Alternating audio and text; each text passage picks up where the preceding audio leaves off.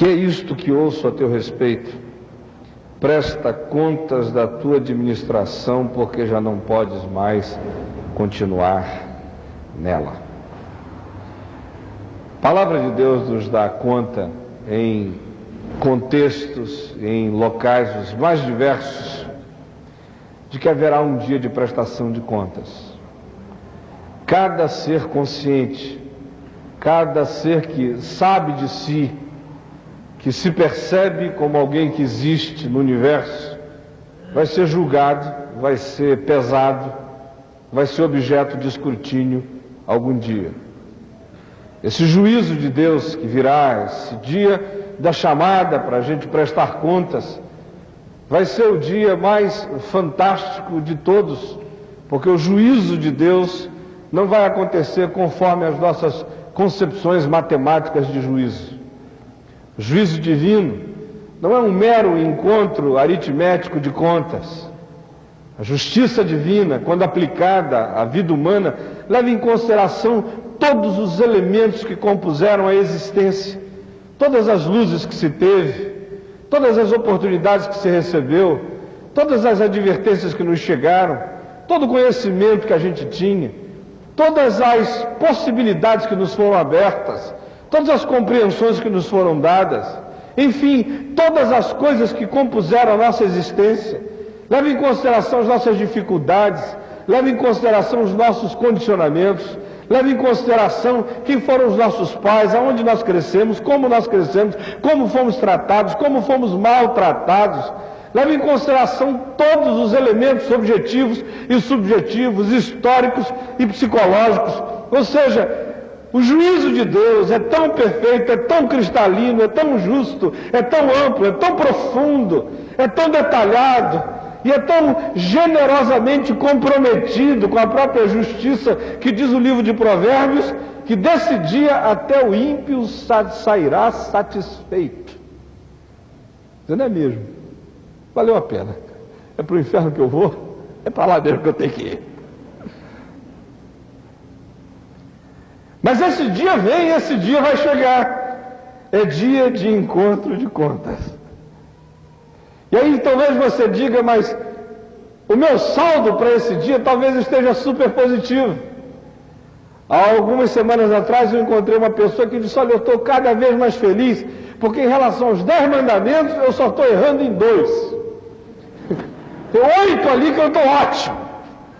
Espero que até o fim eu consiga chegar zerado assim com Deus. Aí ele me perguntou, e o senhor, reverendo, está bem nos 10 mandamentos? Eu falei, eu estou horrível, perdi os 10. Aí ele arregalou os olhos, falou, o senhor perdeu nos 10? Eu falei, perdi nos 10. Ele disse, mas como?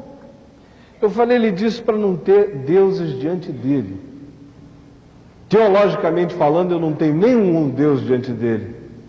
Mas de vez em quando eu percebo que certas coisas, em certos dias, em certas horas, se tornaram para mim mais importantes do que Deus.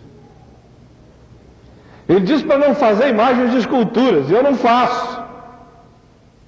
Mas às vezes eu percebo que em alguns momentos, determinadas pessoas se transformaram em elementos quase que míticos na minha cabeça, que tomaram a posição do ídolo. Ele disse para não tomar o nome dele em vão, e eu não blasfemo.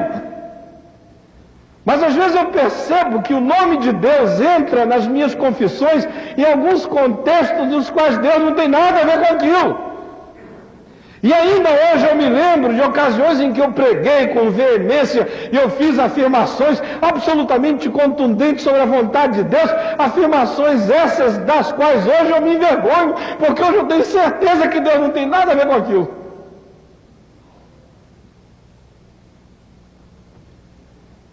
Ele falou para guardar o dia dele, para o santificar, e eu não sei nem o que é isso. O que é guardar o dia do Senhor para o santificar? Os caminhos de santificação do dia de Deus percorrem subjetividades que transcendem muito simplesmente a separação de um determinado dia para que nele nós nos tornemos mais religiosos. Honrar pai e mãe é mais do que que visitá-los, beijar-lhes as testas, dizer: Deus abençoe, eu sou grato pelo que me fizeram. É muito mais do que prestar-lhes assistência na velhice. Tem a ver com uma reconciliação profunda com a imagem do pai, com a imagem da mãe. E quem de nós está profundamente reconciliado com a imagem do pai, com a imagem da mãe? Quem de nós não carrega conflitos de natureza psicológica complicadíssimos em relação às figuras parentais? Quem de nós não vive ambiguidades interiores enormes sobre esses dois papéis? Quem de nós não fica profundamente com raiva da mulher? Não é pela mulher, é porque num determinado dia ela se pareceu com a sua mãe. Quem de nós às vezes não reage a uma relação para com o marido, ou para com a figura pastoral, ou para com a autoridade constituída, não em função daquela coisa em si mesma, mas em função de um trauma relacionado a essa figura paterna que nos vem de tanto tempo atrás? Não matarás, e eu nunca matei, mas, meu Deus, quantos matadouros já existiram dentro de mim. Quantos sentimentos de hostilidade, de energia homicida não viajam pelas emoções da gente, a tal ponto de que Jesus diz no Sermão da Montanha, de que esse mandamento chega ao nível dessa subjetividade existencial, aonde frequentemente quem nunca matou é homicida na alma. Não adulterarás. É outro mandamento, onde no Sermão da Montanha Jesus chega e o desobjetiva e o subjetiviza. Chega e diz: olha, você nunca foi para a cama com a mulher do seu próximo, você no seu coração você já olhou, ou você olha, ou você sabe que tem vontade de olhar, ou você diz que não olha olhando, com intenção impura no coração, aí no íntimo já aconteceu. Não dirás falso testemunho. Eu nunca fui a um tribunal acusar ninguém injustamente, mas quantas versões eu já passei adiante, quanta fofoca, quanta boataria, quanta coisa que a gente diz: olha, eu ouvi dizer, tem impressão que é, não estou bem certo não, mas tudo indica.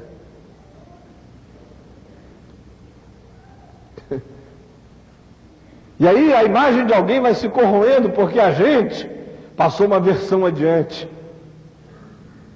E acrescenta um ponto, acrescenta um conto, cria uma história. Aí a gente acaba, todos nós, se tornando autores de ficção. E alguém paga a conta.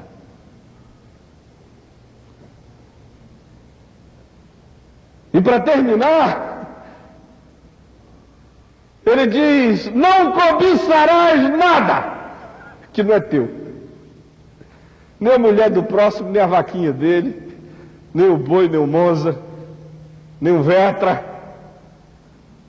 nem o apartamento na praia, nem a casa de campo, nem a posição dele, nem a inteligência dele, nem a sabedoria dele, nem a cultura dele, nem a calça de grife dele, nada.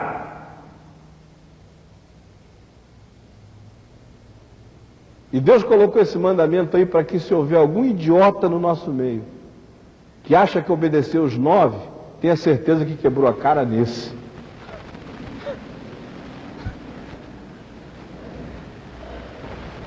Aí vem os escritores, tanto do Velho, mas especialmente os do Novo Testamento, e nos dizem com clareza e objetividade esmagadora que aquele que quiser ser justificado pela lei precisa obedecê-la toda.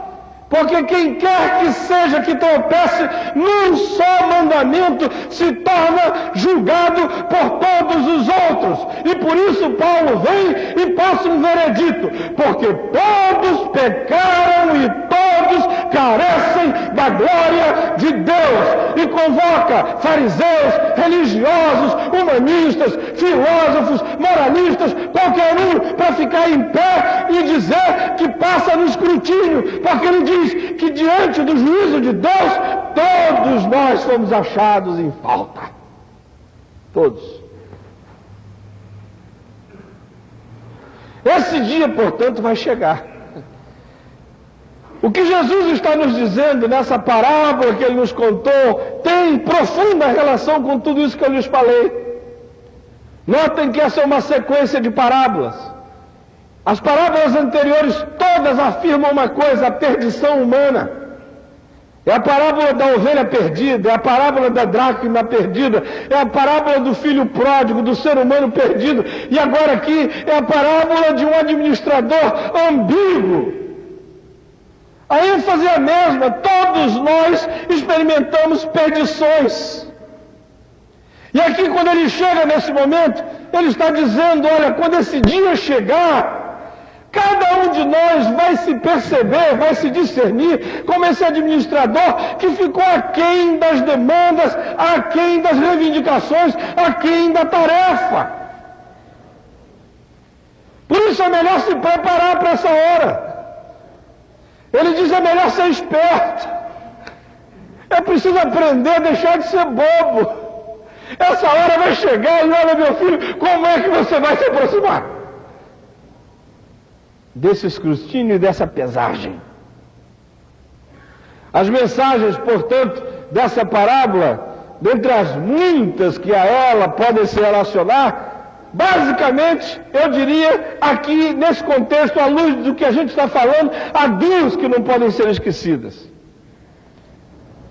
A primeira delas diz que nesta vida todo gerenciamento é imperfeito.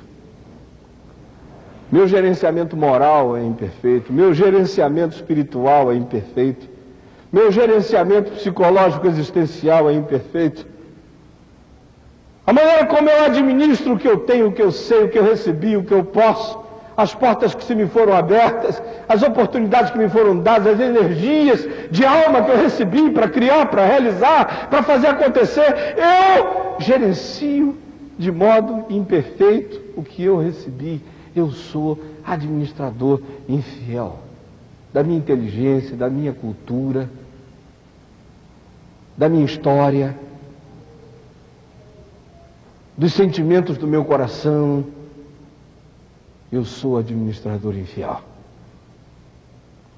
Segunda mensagem básica que aqui se afirma é aquela que diz que todos os relacionamentos neste mundo sempre acabam se transformando em grandes encontros de conta. Essa é quase que uma obsessão relacionada à vida.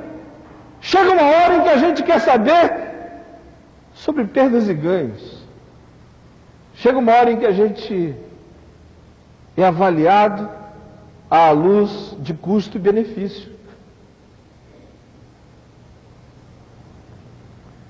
E aí, quando essa hora chega, se a gente não leva para essa hora mais do que recursos de crédito pessoal, a gente é afastado da missão da nossa vida. Se você pensar em qualquer relacionamento humano, você vai ver que ele passa por aí. Eu toda hora encontro casais em crise, vejo que a crise deles é porque eles fazem contabilidade relacional. Quem é que deve mais a quem? Quem é que errou mais com quem? Às vezes eu encontro até alguns que me dizem o seguinte: olha, nós nos divorciamos, mas a minha consciência está tranquila, porque eu tenho apenas 30% de erro. E ela tem 70%. E conseguiu chegar a esse nível de especificidade. Ou então ela diz: olha, eu tenho muitos erros, mas ele tem 52%. Fantástico. E diz aqui a parábola que a menos que a gente se aproxime dessa hora de encontro de contas com alguma coisa além de débitos e de créditos, é isso que fica. E quando é só isso que fica, o julgamento é assim, bombástico: quem tem mais ganhou, quem tem menos perdeu. Seja com a vida ou seja com Deus. A palavra de Deus prossegue e nos diz que a mensagem de Jesus em relação a tudo isso que foi dito aqui não é negativa, é profundamente positiva. Eu não preciso me apavorar, nem me esmagar, nem me neurotizar, nem adoecer com a constatação de que na vida os meus gerenciamentos de possibilidades são sempre imperfeitos e de que os relacionamentos acabam sendo encontros de conta, porque Jesus passa isso e diz algo positivo para além disso. Ele diz, é assim que em geral as coisas acontecem, mas não é assim que precisa ser. Se você aprender essa santa esperteza de viver, você vai passar da aritmética e da matemática, do encontro de contas, para uma vida na graça. Ele nos ensina como tratar a questão da nossa infidelidade, da nossa imperfeição e da nossa relatividade. E ele diz basicamente duas coisas a esse respeito. A primeira é que ele diz que quem sabe que não sobreviverá ante o julgamento absoluto, trata desde já de relativizar todos os seus vereditos. O homem estava lá, ele é um administrador, ele está gerenciando de modo errado e infiel os bens do seu senhor. Ele ouve dizer que vai ser chamado para prestar contas. Aí ele entra em crise e diz, o que eu vou fazer? Trabalhar no campo eu não posso, mendigar eu tenho vergonha. Ele pensa, e o texto grego diz que ele tem um lampejo, um negócio assim, tipo, eureka, já sei. Manda chamar todo mundo que deve ao seu patrão. Chega ali um e diz, quanto é que você deve, meu filho? Ele diz, 100. Ele diz, escreve 50 rapidinho, paga 50 e vai em paz. Meu patrão prefere ter 50% de alguma coisa do que 100% de nada. Chama um outro e diz, e você? Eu devo 60, põe 40 aqui, põe 30. Deus te abençoe, paga rápido. E aí, ele pensa que ele não vai poder sobreviver ao julgamento absoluto do patrão, por isso ele trata de relativizar os seus vereditos. Se eu for me apresentar diante do meu patrão com uma continha certinha, eu estou arrebentado. Por isso, deixa eu estabelecer já um outro padrão de juízo. Deixa eu relativizar as contas. Já pega com quem ele tem que lidar e não trata essa relação de modo absoluto, já trata essa relação de modo relativo. É 100, põe 50, é 60, põe 30, e tenta estabelecer um outro padrão, não o padrão da aritmética, o padrão da graça.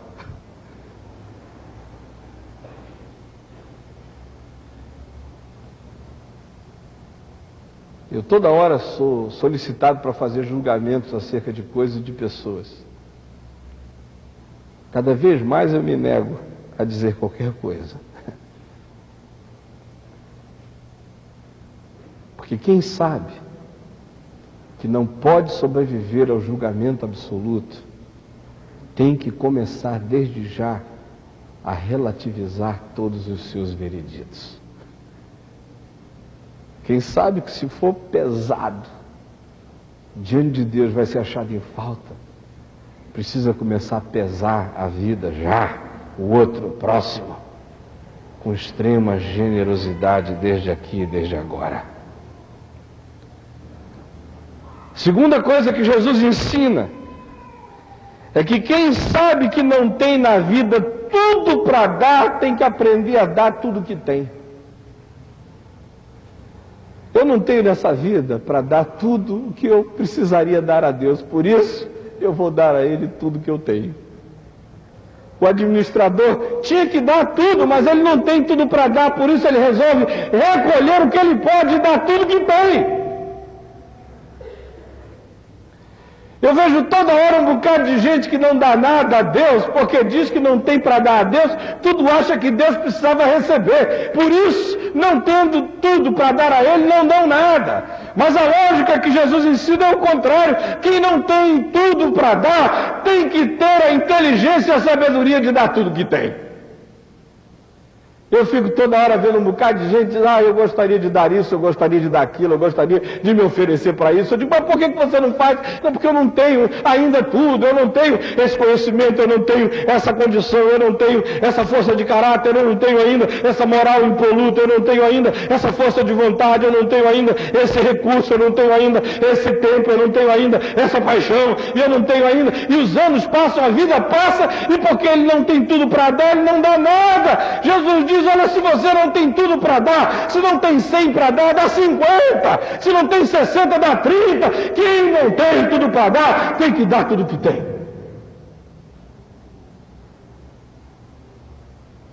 A conclusão é simples e é forte. Nesta vida, se eu quiser sobreviver diante de Deus, diante do próximo, eu não posso fazer opção pela lei exterior, pelos moralismos que apenas pintam fachadas. Eu tenho que no meu coração fazer opção pela lógica da graça, que reconhece a sua incapacidade de gerenciar de modo absoluto os recursos que recebeu de Deus para viver, mas justamente por isso, porque quer ser tratado com graça, trata a vida com graça. Porque quer ser perdoado, perdoa. Porque quer ser acolhido, acolhe. Porque sabe que não tem tudo para pagar, aceita dos outros a relatividade do que eles têm para dar. E aí faz estoque de misericórdia, faz poupança de graça. Bem-aventurados os misericordiosos, porque eles alcançarão misericórdia. Pai, perdoa as nossas dívidas, assim como nós perdoamos aos nossos devedores. Se você for querer viver para essas continhas da religião, você está perdido.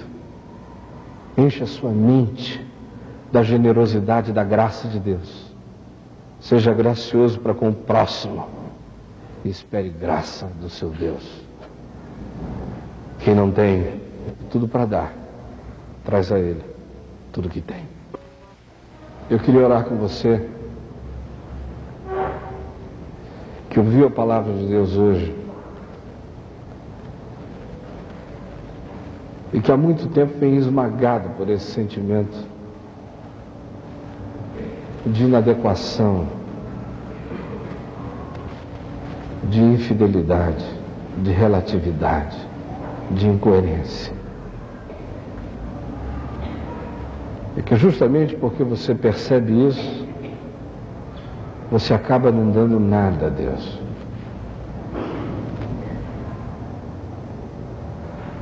Parece aquele administrador que deve 100 porque não conseguiu recolher 100, não dá nada. Jesus está dizendo, olha, não conseguiu recolher 100, dá tudo que você conseguiu recolher.